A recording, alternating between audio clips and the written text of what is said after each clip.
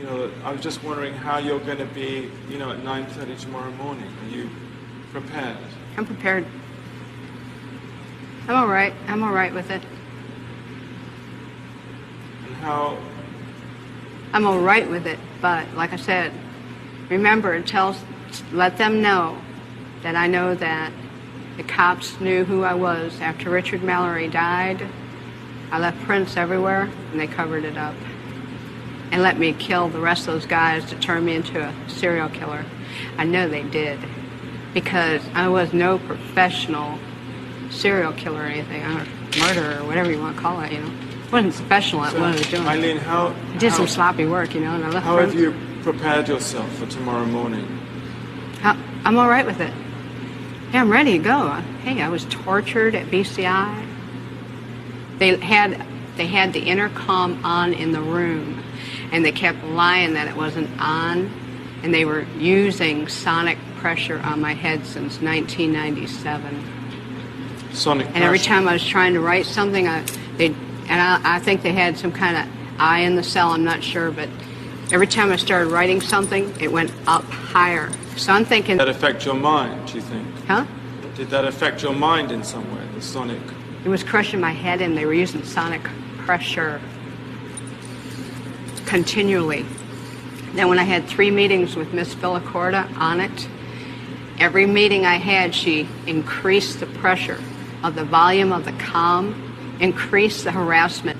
They were trying to make it look like I was crazy at all times, rig up the room with torture. If I said anything about I think their whole plan was trying to make it look like I was totally crazy, and so nobody would believe anything I had to say about anything, and then drive me there if they could.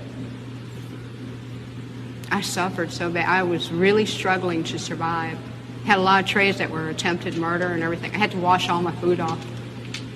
And then one day I didn't wash my food off, and I was sick for 3 weeks, almost died.